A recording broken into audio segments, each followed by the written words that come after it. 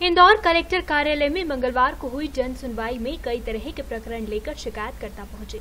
जन सुनवाई में सरकारी जमीन पर दबंगों का कब्जा, स्कूलों की मनमानी, फीस सहित अलग अलग शिकायतों को लेकर कार्यकर्ता यहां पहुंचे थे।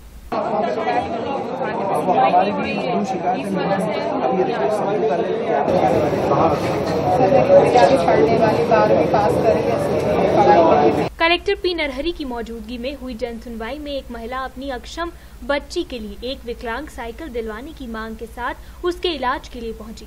महिला कई बार शिकायत कर चुकी है, लेकिन उसे अभी तक अपनी बच्ची के लिए ट्राईसाइकिल नहीं मिली है।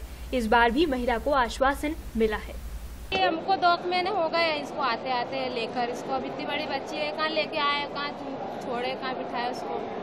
क्या मांग है आपकी प्रशासन से? वो कुर्सी की मांग है और ये अपने इसके इलाज की मांग है कि भैया मेरे पास तो कुछ है नहीं पैसा धंधा, और इसका इलाज करवाना, जैसे सिटी स्कीम है, रील की हड्डी की जांच वगैरह पूरी जांच करवाना, मतलब इसकी। तो आप जब अभी मिले अधिकारी से, अभी क्या कहा गया? तो अभी तो ये कुर्सी के लिए बोला है देने का, कब तक? हाँ बोला दे देंगे, आ जाएगी तो बता देंगे आपको। शिकायत लेकर वार्ड क्रमांक 35 में आने वाले तलावली चांदा गांव के रहवासी भी पहुंचे। उनका कहना था कि गांव के सरपंच और पूर्व सरपंच ने सरकारी जमीन पर कब्जा कर लिया है।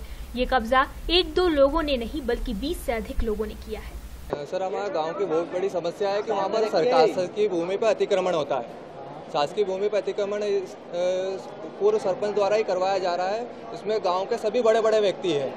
उसमें से अपना सरपंच के जो पूर्व सरपंच थे, उनके लड़के हैं, अपने बड़े बड़े गांव के जिनके 50-50 कमरे रेंट पे दे रखे हैं, उन्होंने अतिक्रमण कर लिया है पूरी जमीन पर। रहवासी संघ के साथ यहां शिकायत करने पार्षद भी पहुंचे। पार्षद संजय कटारिया का कहना है कि श्री राम मंदिर की भूमि पर कब्जा किया जा रहा है और रहवासी के साथ सभी चाहते हैं कि जमीन का उपयोग जनहित के कार्यों में किया जाए। ग्राम खजराना में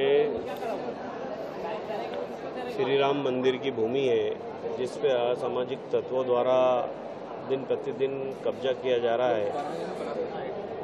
उस भूमि को मुक्त कराने के लिए, कब्जे से मुक्त कराने के लिए, ताकि यह मंदिर की भूमि जनहित में जनता के काम आए, चाहे सामुदायिक भवन बने, मंदिर बने, या पानी की टंकी बने, या गार्डन बने, यह जनहित में उपयोग में आए। ये निवेदन करने आए थे आज हम जन सुनवाई में। इसका रहवासी संघ ने 2 बार पहले भी जन सुनवाई में, मार्च में और मई में हमारे द्वारा भी फिर से पुनः रहवासी संघों के साथ यहाँ पर जन सुनवाई में बताया गया था, और आज भी रहवासी संघ भी साथ में आए हैं और हमारे द्वारा भी जन सुनवाई में पुनः कि इसका जल्दी निराकरण हो, जल्दी यह कब्जे से मुक्त हो। जन सुनवाई में शिकायतों का अंबार लगा रहा। वहीं कलेक्टर पी नरहरी ने कहा सभी शिकायतों का निराकरण किया जाएगा। उन्होंने कहा कि राजस्व शिक्षा विभाग और उच्च शिक्षा विभाग की भी समस्या आई है, जो चिंता की बात है। वहीं शांति समिति की बैठक में हैलोजन लगाने की बात कही जाने के बाद भी अभी तक हैलोजन नहीं लगाए जाने पर कलेक्टर ने कहा कि मेयर से बात हुई है, जल्द ही हैलोजन लगा दिए जाएंगे। साथ ही उबेर टैक्सी का इंदौर में किसी भी तरह का रजिस्ट्रेशन नहीं होने की बात भी कलेक्टर ने कही है। उन्होंने कहा कि अगर किसी को उबेर टैक्सी से कोई भी व्यक्ति किसी भी तरह से संपर्क करता है तो वे तत्काल इसकी सूचना दे। पुनः मैं कहूँगा कि ये भेदभाव से संबंधित कोई इशू नहीं है। ये नगर निगम के द्वारा लिया गया एक निर्णय है, जिसके अंतर्गत हैलोजन नगर निगम लगाएगा, परंतु उसका पेमेंट संबंधित जो भी संस्था है उनके द्वारा पेमेंट किया जाएगा। और मेरे द्वारा मेयर साहब से भी बात की गई है।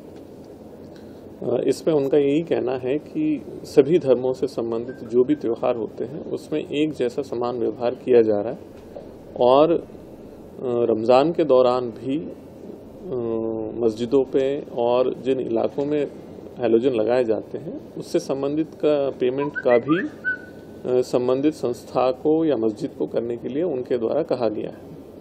बहरहाल इस पूरे प्रकरण में अभी लास्ट 10 दिन के लिए हैलोजन लगाने से संबंधित निर्णय मेयर के द्वारा और नगर निगम के द्वारा लिया जा रहा है। हमने भी उनसे ये अनुरोध किया है कि सांप्रदायिक सद्भाव को दृष्टिगत रखते हुए कम से कम आखिरी के इन दिनों में रमज़ान और ईद जो पड़ रहा है उस दौरान व्यवस्था करने हेतु हमने उनसे रिक्वेस्ट किया है। उबेर टैक्सी जो संस्था है उनके द्वारा यहाँ पे कोई रजिस्ट्रेशन नहीं कराया है।